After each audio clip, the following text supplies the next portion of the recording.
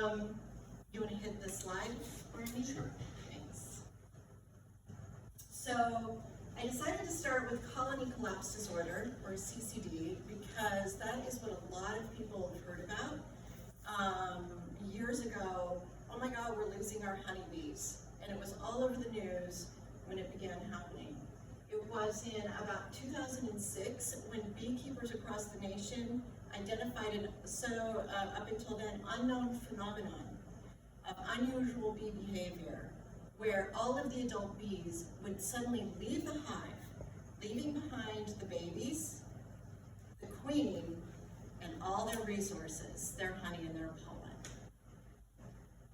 This is not a good thing for anyone, because without a queen, the hive can't survive. Without workers, the queen can't survive, and the babies can't survive.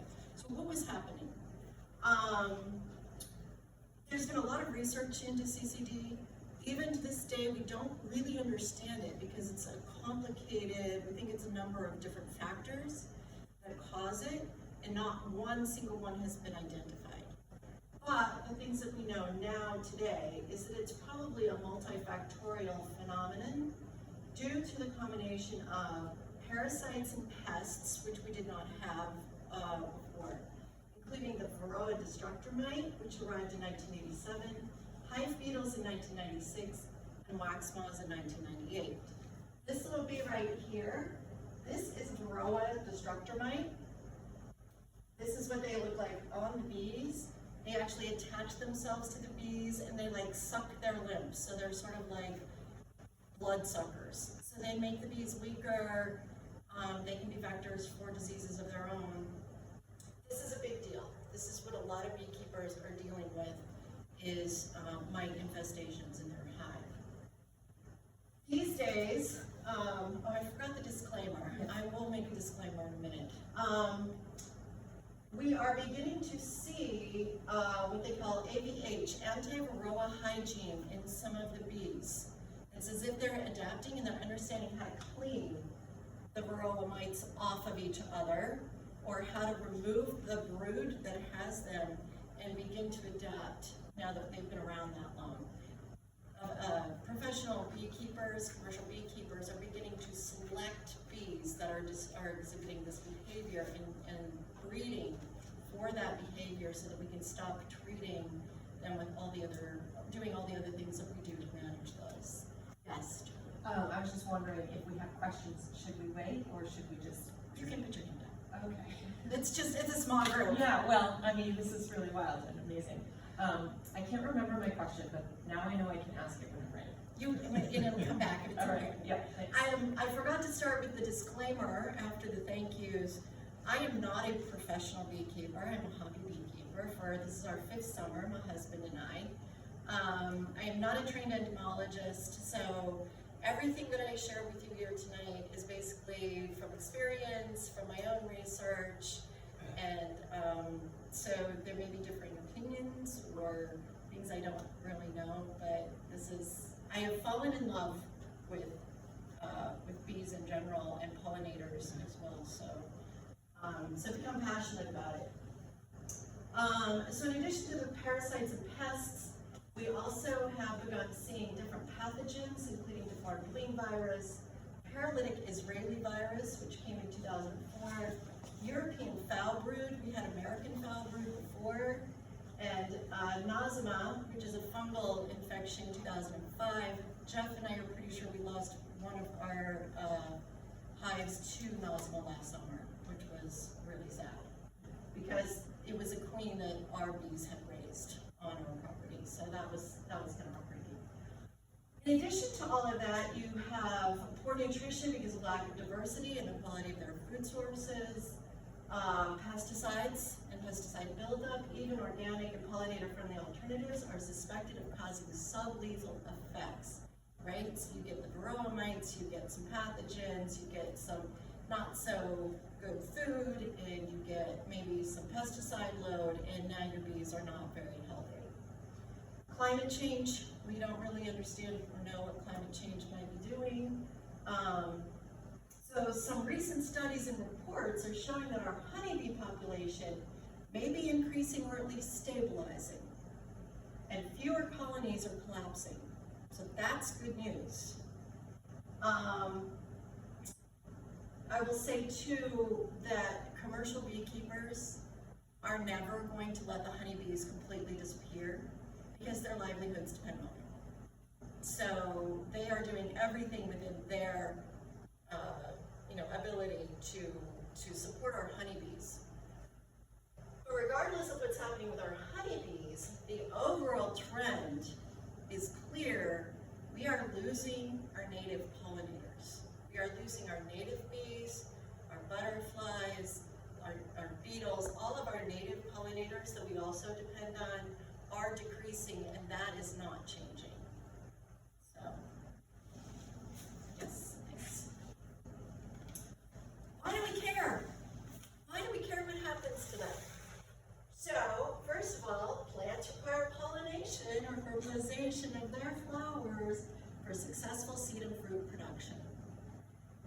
Bees are only one type of pollinator, right? There's the wind. We forget that plants depend on the wind to blow their seeds around and pollinate. Birds, beetles, moths, bats, butterflies, and even other animals are all part of our pollinator diverse population. 1 in 3 mouthfuls of food that we eat depends on pollination for success. 1 in 3. So I included this slide that shows you, here's the dependence on insect population for pollination, and here's the proportion that are honeybees, right? I mean, broccoli, 100% depends on pollinators. 90% of those are honeybees. You like broccoli? You care about the honeybees, right? In addition, insects form the base of our complex ecological web. From pollination to organic decomposition, and they serve as food for multiple other things like birds. One of the interesting things that we learned watching one of our nature shows is that wasp larvae form a significant food source for eaglets, or baby eagles. So the adult eagles will go and literally rip apart wasp nests and bring them back, the pieces back to feed the high protein larvae to their young. So even wasps have their place. So selfishly, again, they're all vital to our own survival. And for those of us who our faith is important to us, there's a lot of good in creation. It's sacred. For those who don't have the same faith-based understanding of the world, creation, like the world is an organism and we live on it, and if it's not working right, it's going to affect us. So that's why we care. Oh yes, these are all bees. When we say bees, most of us think about honeybees, right? Or maybe the bumblebees. But there are over 4,000 species of bees in North America alone. Something like over 20,000 species of bees in the world. Some of them are very large, like our bumblebees and carpenter bees are some of the larger ones. The tiniest one in North America, I can't remember its name, it is absolutely dwarfed by a nickel. It doesn't even fit on is it George Washington that's on the nickel? It doesn't even fit on his mouth. It is so tiny. I love all the bees. The largest family of bees are solitary bees. We think of bees living in families and hives and big groups in the ground. Like bumblebees live in about 500 bodies, families. But solitary bees do not. They live alone, like their name implies. When our youngest and her longtime partner were living with us over COVID, they discovered squash bees. They're one of my favorite. They've become one of my favorite type of solitary bees. Because only the mated females live in the ground in a nest. The unmated females and spend their lives flying from squash flower to squash flower in the morning, pollinating and eating them until they get really, really tired. And then they actually lay or fall asleep in the flowers, and the petals wilt and protect them from the predators, and they stay there until the next morning when they like chew their way out and go on their way. And so they live literally in the squash blossoms. So I read a story about someone who's like from an indigenous population, and one of the first things they taught, they eat the squash blossoms, they like fry them as part of their diet. And one of the things they have to watch out for is not plucking the bees with their lunch.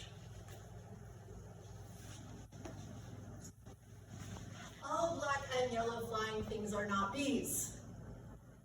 I cannot tell you how many times I've been in Lynch Park, in that beautiful rose garden, and had somebody say, bee! And I'm like, yeah, that's not a bee, that's a wasp. So, there are 3 different types of flying things that all look similar. Bees, wasps, and hoverflies. Anybody know? So actually cicada killers, dirt daubers, yellow jackets, paper wasps, and hornets are all types of wasps. Even though we call them different names, and we kind of talk about bees as bees, we have different names for the wasps, but they're like 2. Anybody know how to tell the difference between bees and wasps? There are 2 main ways. Yes? I should know this, but I think I remember the fuzzy, one is fuzzy and not shiny. Bingo! Yeah. Which one is which? Bees fuzzy. Bees are fuzzy. You want to hug a bee. Yeah. You want to pet a bee, it's cuddly looking. Snuggle. Yeah. You want to snuggle it. Yeah. Wasps, not so much. Right? They're shiny, they're hard, they glint. Second way, the other easy way to tell the difference?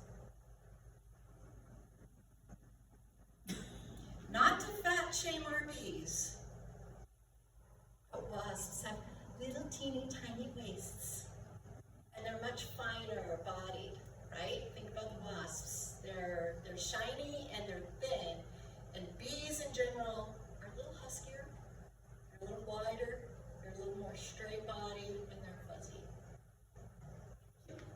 They're cute. Bees are cute. Wasps, not so much. Not so cute.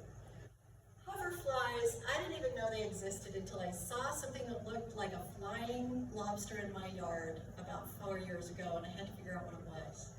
Hoverflies, there's thousands of different types of them. They are they are flies. So the difference between wasps and bees have 2 sets of wings, so 4 in total. Flies only have 1 set of wings, or 2 in total. But they camouflage themselves like scary looking things, so there's nothing to eat them because they're defenseless.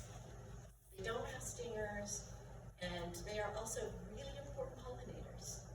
So they're a little harder to tell, except they are not aggressive. Bees are also not aggressive. Honeybees, or not honeybees, bumblebees, I know people who literally pet them. Like put them on their hands and they pet them. Bumblebees can't sting, but they almost never do. They're like gentle giants, right? Ever been really attacked by a bumblebee? Even a carpenter bee is pretty uninterested in you. Honeybees will only sting you under basically 3 scenarios. 1, you step or sit on it. You take their honey, or you threaten them in some other way. They can only sting once and they die. So they're not very aggressive, in other words. Like we go into our hives, and unless it's the nectar dearth or whatever, half the time, my husband doesn't even wear a suit half the time, or gloves, because they don't care. They're busy, and they're doing stuff, and they will completely ignore you. Wasps, on the other hand, are aggressive. Wasps are carnivorous, and like honeybees, we're vegetarians. Or all bees are vegetarians, and flies too, I believe, most of them. Maybe not, I don't know as much about flies. But wasps are carnivorous because they feed their young meat. They will actually attack the bees and kill them to take them home. So that is black and yellow and it wants part of your turkey sandwich, it is not a bee. And it will fight you for that turkey sandwich. It is a wasp, and yes, they will sting you, and yes, they will sting you multiple times, and yes, those you need to be aware of. But they are important pollinators, and we try not to kill them unless we absolutely have to in our house.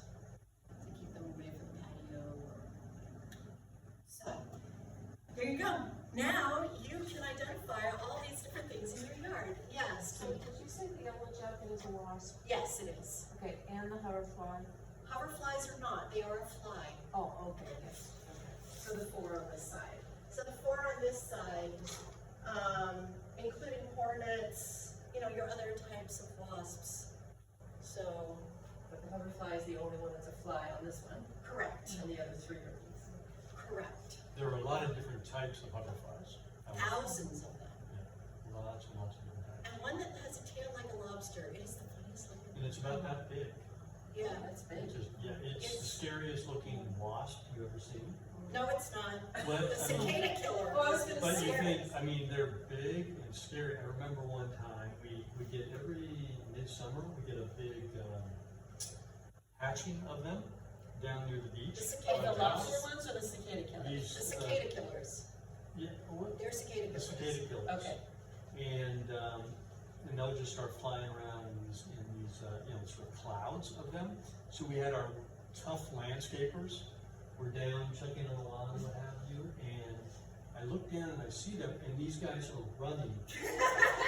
running away and running back to the house as fast as they can go, They're scary. because they had come across this cloud of these cicada killers and thought they were, and of course they don't care, they're benign. Even though they're wasps, though, they don't care. They They're don't. They only kill No, cicadas. they eat Yeah, cicadas only. I remember seeing one of those at some of my friend's pool that was coming in and out of the pool lip coming, and this thing is huge. It was huge. Yeah.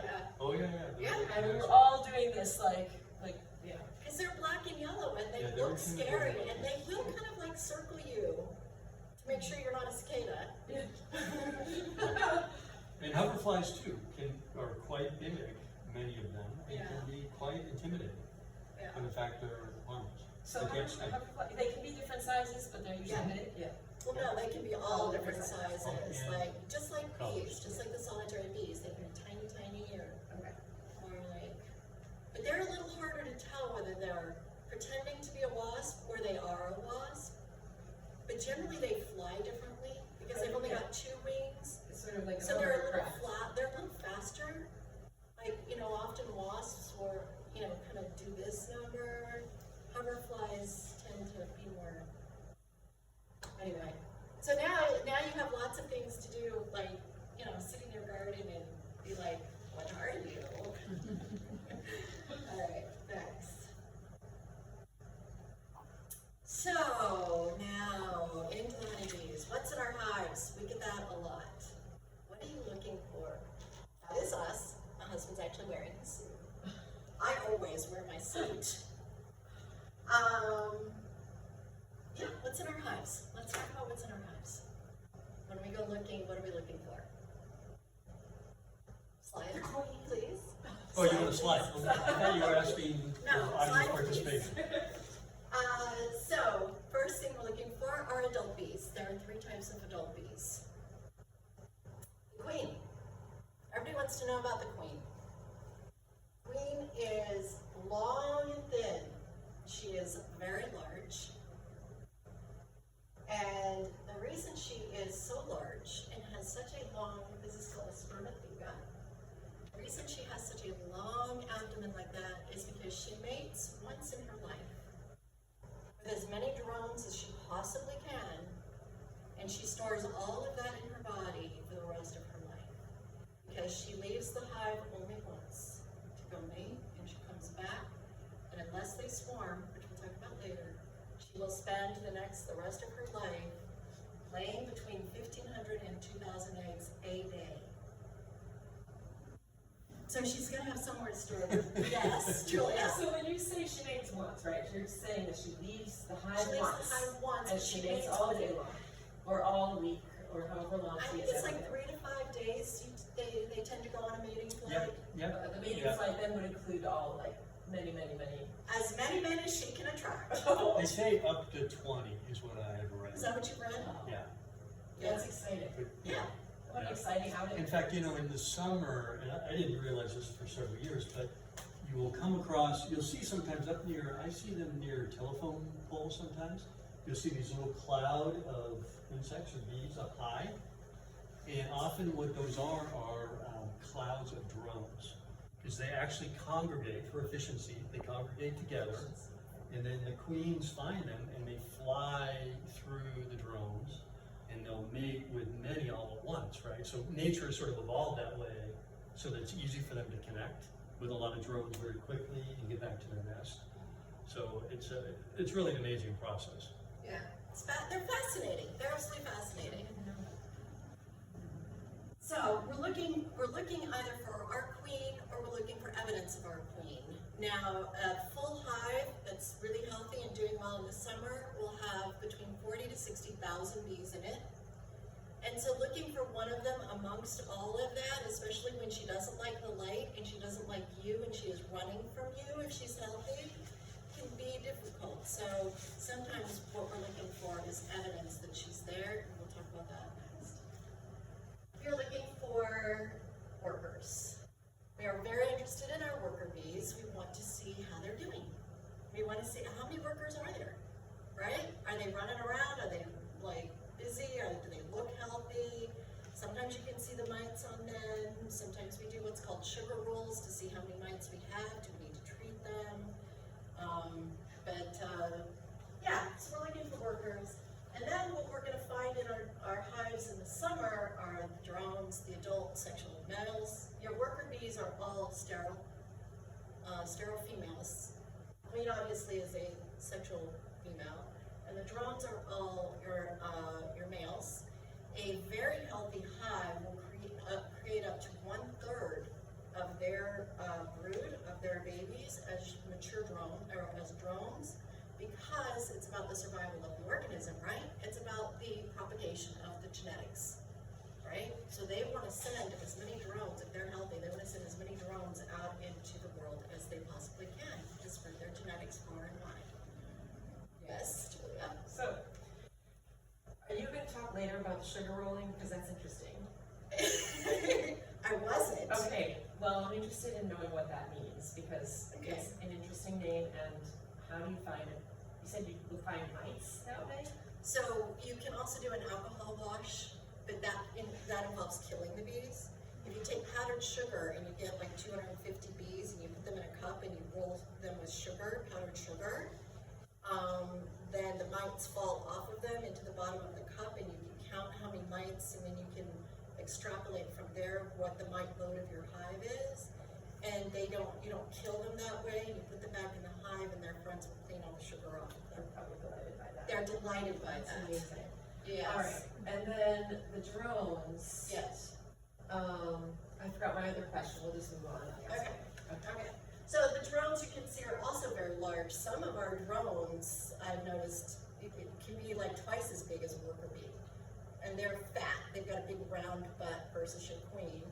And basically what they do is they come back to the hive. That's their home hive. The queen has mated with a lot of different drones. So the workers and the drones are either half siblings or full siblings. That was my question. Yeah, depending on, who the sperm is. But they're all related. They're all the queen's children, right? So they come back to their home hive with their sisters, and they basically, they come home. I don't know why they come home, because they're hungry and they need honey. Because there's honey. Because there's honey. So they come home, if they're tired and hungry, they come home. They need a little rest from flying around, and then they go back out. And they come and go in the summer. Yes. So my question.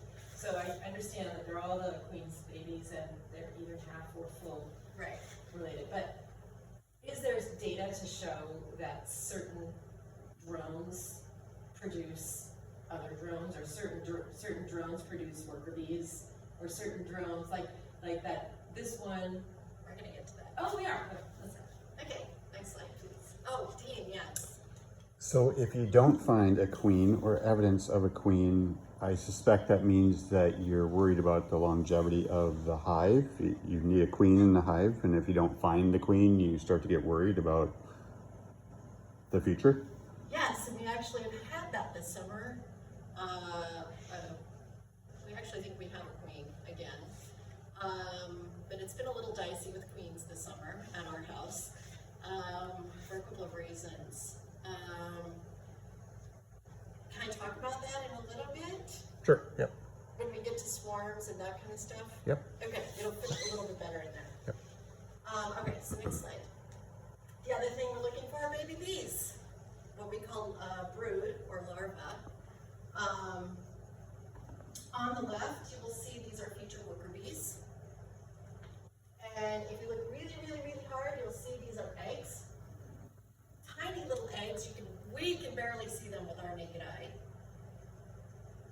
And then they grow into little worms, and then they grow into bigger worms, and then eventually the worker bees, the nurse bees, will come by and create wax, and they will cap the cell. And that worm will develop into a full grown After worker about bee. 8 days, right? So they hatch, the eggs will hatch after 3 days.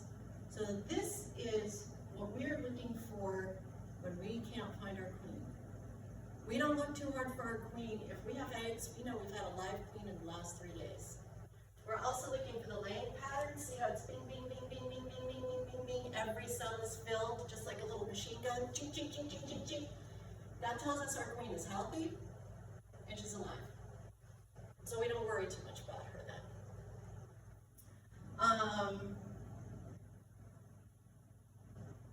On this side, do you see the difference?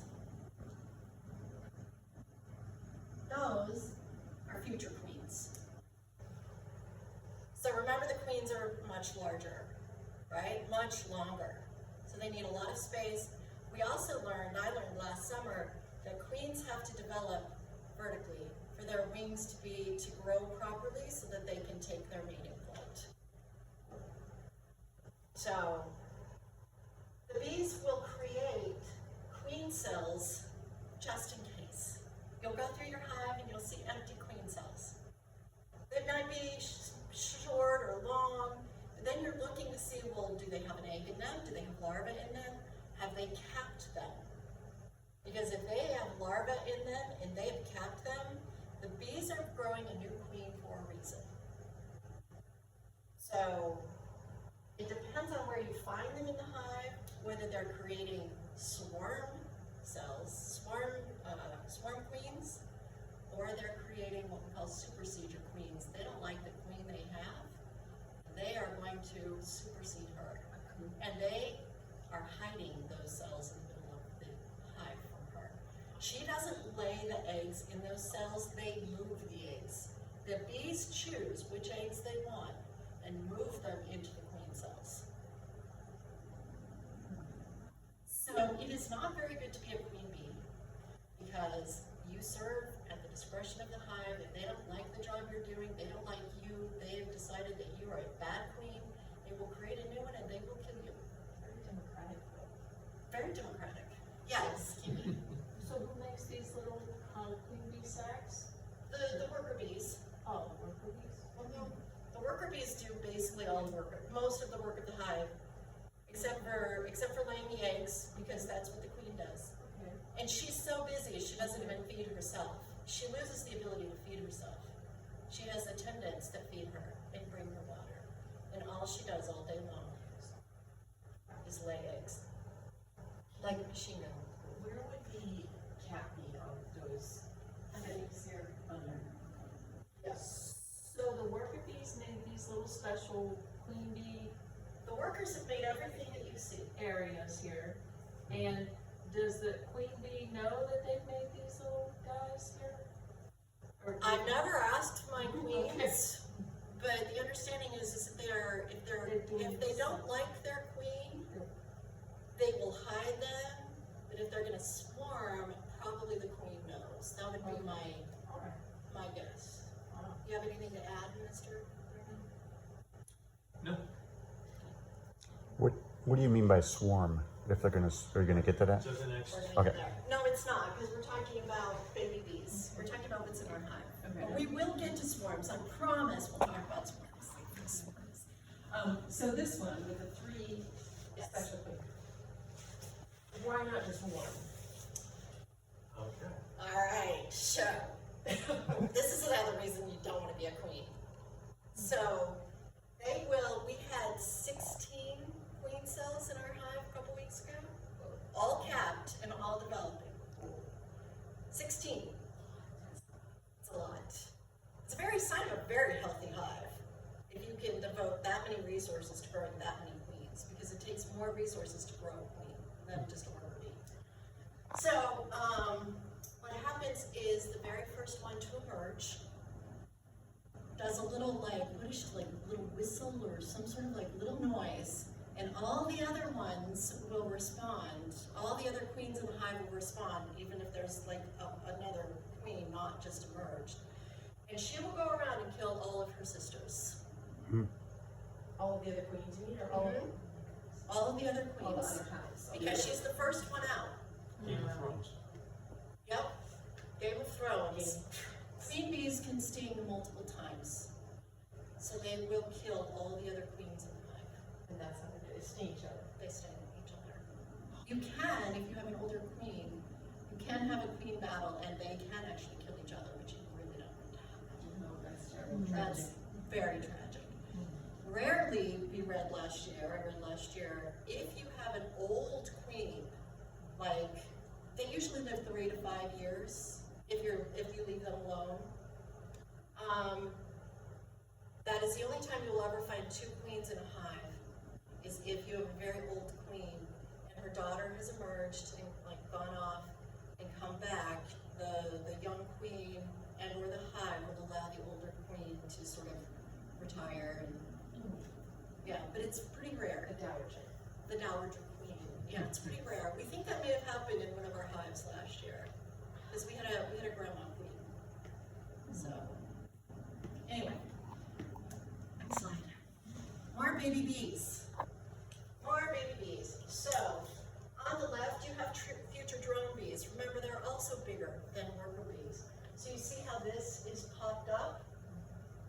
So here you have worker brood, and here you have drone brood. Can you see the difference in the slide? It's just sort of popped up like a little popsicle. Notice how dark the cappings are. They're pretty dark brown. That's going to be important in just a second. On the right, you have a little drone bee that's hatching. And because you have 1,500 to 2,000 eggs a day that are maturing, often when we're in this time of year, we'll actually, if we want to, we can actually find little bees that are hatching and watch them come out and take their first little, breaths. But they chew their way out. But I don't know. I mean, who wouldn't love that face, right? All right. So, next time. The other thing we're looking for, how are the hive's resources? Pollen is their protein. Nectar is their energy source. So they actually ferment pollen into bee bread, just like they ferment nectar into honey. And then it will stay forever, which is pretty amazing that they know how to ferment stuff. So you can see all the multicolored pollen, all the orange and yellow and almost red, and every so often they will bring in blue pollen. I don't know where that comes from. See, so once the honey, they will never cap pollen, but once the honey is done and ready, they will put the wax capping over that, and that's how you know they've, what is it when you lose the moisture? They not only have to ferment it, but they have to dehumidify it. It has to be at a certain water content for it to survive forever. The honey does? Or the wax? The honey does. And so you know that the bees are happy with the percentage of water that's in the nectar when they've capped it, and that's when you know the honey is done. And you can see how light this wax is compared to the brood that we were looking at earlier, or even this wax here that forms the basis. We actually have a honey frame. I've been showing it to people. So that's how, sometimes depending on what we're doing in the hive, we don't want to disturb them. We can actually say, oh, this is a brood frame, we need to look at that, or, oh, looks like there's 10 frames of capped honey. And also tell the difference in weight, because honey, a frame of honey weighs how much, Katie? 8 to 10 pounds. 8 to 10 pounds. So if you can pull up a frame and you know, oh, this is honey, this is full of nectar, I can feel by the weight of it.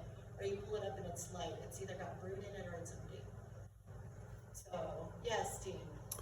Do the frames transition from a brood frame to then a honey frame? If they can, Or, We okay. reuse the cells. they reuse the cells Okay. depending on what they want. Often your brood, they'll continue to use brood frames as brood frames. Okay. But it really depends on What the workers want to And do. they'll also move, like they'll move nectar and stuff around in the hive, depending on, the queen really likes to lay her eggs in the center of the upper box. That's what she likes. Sometimes as beekeepers, we interrupt that for different reasons. So, queens can be marked, especially if you get them from a commercial beekeeper. They change colors every 5 years, so you know how old you know what year your queen was born. They catch her and they put a little spot of paint on her. We don't mark our queens. I'm terrified to her. This is an unmarked queen. You can, if you're looking for her very specifically, you can often find her because all of her attendants will be facing the queen. See how she's ringed by her attendants? Because they go around and they touch her, and then they turn around and they touch the rest of the bees in the hive. And the bees all touch each other, and they spread her very unique pheromone amongst the hive. That is part of how the hive knows that they have a healthy queen that's giving off good pheromones, and that they belong there. So like when bees come in the front of the hive, and they're not supposed to be there because they're trying to rob resources or whatever, that's how the bees know that they're like, oh, you're supposed to be here or you're not. So, yeah, I think that's basically, I've already talked about all the other stuff. Drones, again, they mate once in their life, and in the act of mating, they actually die. Poetic. You know, it's like, nature can be cruel, right? It's like, the spiders, black widow spiders, right? They mate and they like eat the male. Yeah. So they spend their summers eating honey, flying and hanging around, and that sounds like a great life until fall comes around, and all of their sisters want to conserve their resources, and drones, remember, don't do anything in the winter, they just eat a lot of honey. So their sisters will literally one day kick them out. They will not let them back in the hive. And somehow the wasps know this day is coming, and they congregate outside the hives, and they kill the drones and take them home. Oh, my goodness. Yes, so either you die mating or you die by wasp if you're a drone. We did have a hive that had 2 drones that went through the winter. I don't know why they let those 2 drones live through the winter. The best beekeepers in the world are the bees. They know what they're doing. All right, next slide. The workers. Interestingly, in about August, the queen will start laying a different type of bee. They will start laying winter bees instead of summer bees. Because in this environment, at least this is true in New England, the queen will stop laying in about November, end of October, November, and start up again in the end of February in response to sunlight. Not to the weather, but to the angle of the sun. So the bees that are born in August have to live all the way until the following spring when she starts laying again. So they have to live about 20 weeks. Bees that are born in the summer only have a lifespan of about 6 weeks. Part of that is probably because of foraging. It takes a lot out of them. They progress through different jobs in the hive.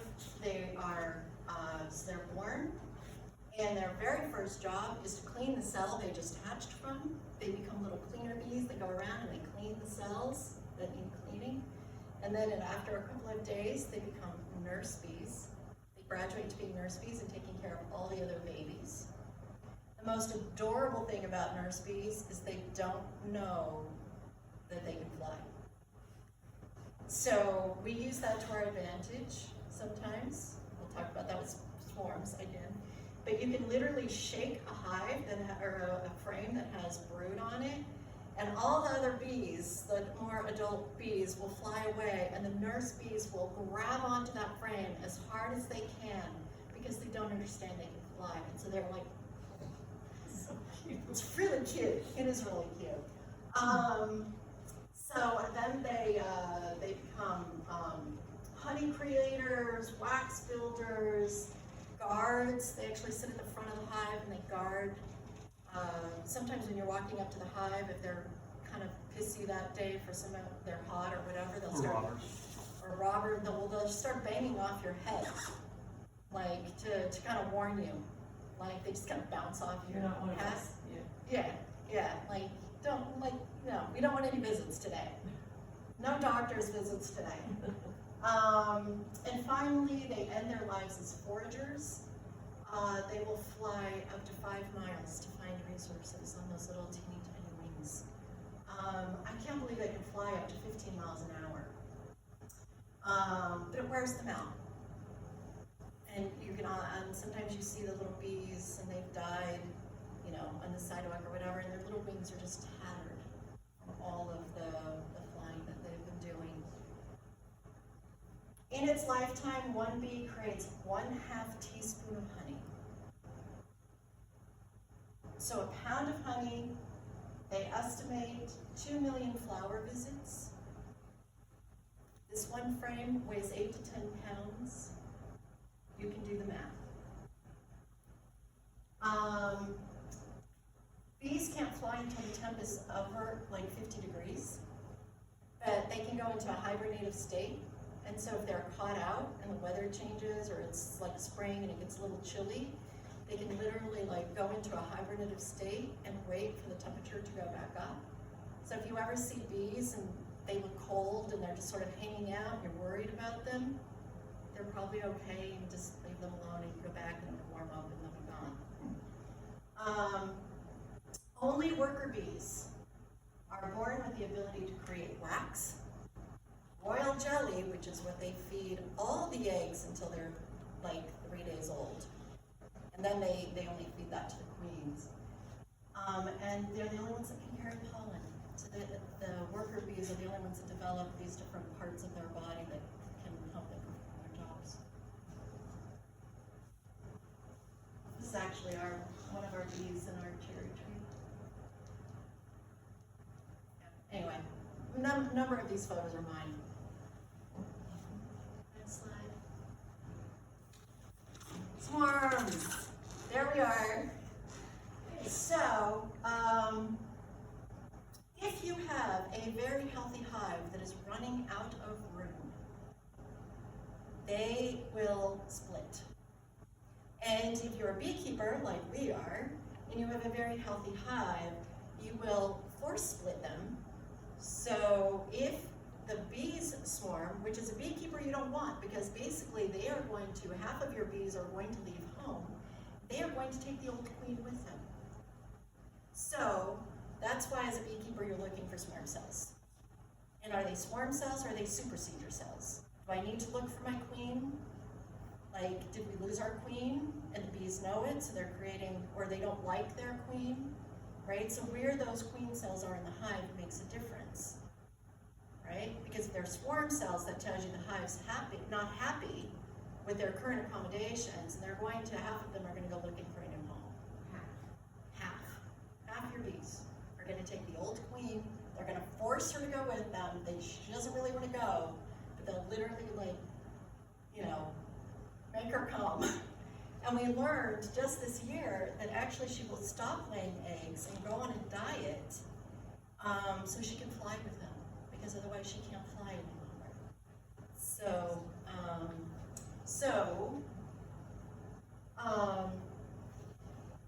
I mean, they look terrifying, don't they? Like, if you run across this on your mailbox, it's like, oh my God, right? They're just looking for a new home. They're really completely uninterested in you. So they're just gonna hang out, they're gonna leave the hive behind, or the tree, because we have wild honeybees that live in trees, right? and they're just gonna go hang out, and they're going to send out scouts. So it's not the queen that makes the decision about where to live. They send out scouts to look for possible new homes.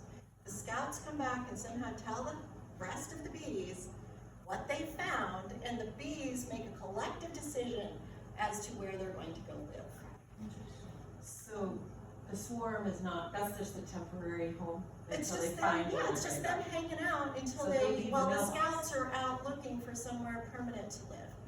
So it's like a temporary home. So they're not aggressive. They're really not interested in you. They don't want to hurt you. They just want to find a new home. What's the time frame? How long are they usually in a swarm like that until they find their Until next they find a new home, maybe not more than 24, 48 hours, would you say? Oh, okay. Maybe Really yes. fast. Max, probably. Too bad they don't send out the scouts before they leave. Well, it's nature. So is there some sort of understanding as to which are the bees that leave and which are the bees that stay, or is that, we don't know. I don't know if we know. If we know, I don't know. We don't know, we don't, they say roughly 60% of the bees in the hive will leave with the old queen. 60%, okay. Yeah, so a lot of them leave, so you've got 40% left, and those 40% immediately have to start making a new queen, right? Otherwise. Or they've been in the process of making a new Or queen. hopefully they've been in the process, right? Right. I mean, sometimes your queen dies and suddenly the hive is without them. So, and all they require is they have to have the worms, remember the worms in one slide? Yeah. I think they have to be no more than 3 days old. They have to have the egg that's no more than 3 days old because they have to Right. continue to feed it royal Right. jelly And then after those 3 days. So as long as they have an egg that's that young, then they can start to feed it and turn it into a queen, and they know to do that. And that's how they probably, if not, then basically the hive's doomed. There's no way to create Yeah. a I queen. keep going back to this genetic thing, and do they Yeah. have, like, when you split up, is there a, like, pheromone that the ones, I wonder, I'm just wondering, I know you. Yeah, I don't know. I mean, it's a good question. That- It's a like, great question, and I related don't bees, know. more related bees maybe say the other, but who knows? So the ones that left, they must have really liked that bee, the queen bee. They left with her, maybe the other ones. Or maybe they're the older ones. Maybe they're, because they remember they leave behind all the brood that queen has laid. That, is it 20 days that a drone needs to mature? I can't remember. It's about 3 weeks. Roughly, it's a Roughly worker's 3 21, weeks, right? So you've got throws a little more. resources, and you've got babies, and you've got nurse bees that don't know they can fly, right? So my guess is, if I had to guess, it would be the older bees that leave. And they leave the younger bees to mature and because you're leaving all the resources. You don't need forager bees. In the new hive, in the old hive, you need those forager bees that know where the resources are in the hive that leaves. Because they are not gonna have any honey or pollen to, like, if she starts laying, they have to build wax, they have to build comb, they have to find water, they have to find pollen, they have to find nectar. Like, they have a lot of work to do when they leave. So my guess is that they take the bees that are older, more mature, that kind of know the area maybe even, and where to find things. That would be my guess if I were gonna place bets. A friend of mine is a beekeeper, and he said that he loves when people call, when there's a Yes. swarm, Yeah. because it's like It's free automatic. bees. You can put it right in the bees are happy because they have a new home already set for them, and Yeah. they're happy because Yes, because you just got a queen and a hive that was so healthy that 60% of the bees ran out of room. yeah. It's great. So yes. So again, if you see a swarm or you find a nest in your house, call a beekeeper for help. Happy to have them. Our local beekeeper association, Essex County Beekeepers Association, has a list of people to call when they have a swarm or even a complicated extraction, they call it, like if it's in a building or something like that. There are people who've been doing this for a long time, and they have the skills and they have the equipment, like there's a bee vacuum that vacuums them all up from like inside buildings and doesn't hurt any of them. We don't have one of those yet. Your town hall, your police should know how to reach a beekeeper or be able to help you, or you can look online. So back to kind of your question. So this year, we had only one hive out of 3 that lived through the winter. That's about typical in this area, is to lose 40 to 60% of your hives over the winter. We have been lucky enough to have 3 winters we've gotten at least 1 hive through. So this is the queen in that hive was actually the daughter of a queen that made it through 2 winters. And this was her second winter that she lived through. Great, like she was anyway, super healthy hive. We went in, we found the 16 queen cells, like they were gonna swarm on us. We, for various reasons, hadn't been into our hives for about 3 weeks. And so we split the hive. So at that point, we take a couple of things of resources, some brood, we took the swarm cells and moved it into a mini-sized wooden box. And hopefully that queen develops into at least 1 queen. She goes off and makes it back. Because remember, there's a lot of predators out there, there's a lot of dangers out there for her, and she's gotta find her way home. Which is pretty amazing that they can do that, right? And so, as a beekeeper, your hope when you split a hive is that you're gonna get 2 for 1, right? We have been successful 2 years in a row at doing that. We were not successful this year.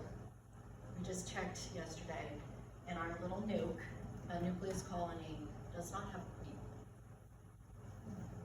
So we checked our big hive, and a couple weeks ago, there were no eggs, no queen, no worms. So we didn't have a queen in that hive either. But we left what, 1 swarm cell, 1 capped queen cell in there? So we checked yesterday.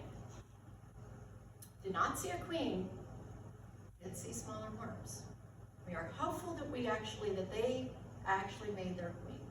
There was another capped queen cell in there, like another swarm cell, which we took and gave to our nuke with some more nurse bees, hoping that they will now be able to get a queen, and that at some point, that we actually have queens, because last week, 2 weeks ago, we were without a queen in either hive, in which case we would be calling a local and being like, do you have a queen for sale? And getting a queen for our hives, because otherwise they're going to die.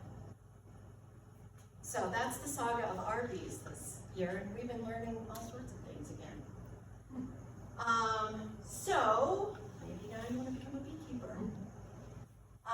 Beekeeping in Massachusetts is governed by the towns, so you must, not the state.